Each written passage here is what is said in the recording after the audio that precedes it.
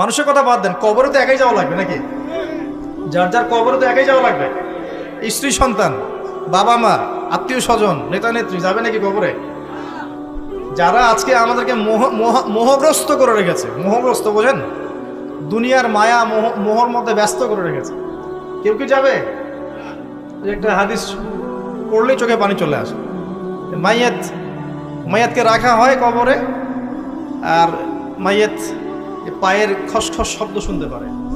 তাকে যারা দাফন করতে আসছে তার পায়ের খসখস শব্দ সে শুনতে পারে। আল্লাহ পাক শোনায়। আল্লাহ পাক শোনালে মানুষ শুনবে না? আল্লাহ পাক যদি দেখায় মানুষ দেখবে না? তো আল্লাহ যদি কাউকে কিছু শোনান তাহলে তো সে শুনবে, সে দেখবে, সে বুঝবে। এরপরে যখন তারা চলে যায় তখন সে একা নিথর পড়ে থাকে। যদি মুমিন ব্যক্তি হয় তাহলে মাথার দিক থেকে নামাজ আসবে, এই যে ডান দিক থেকে যাকাত, বাম দিক থেকে রোজা,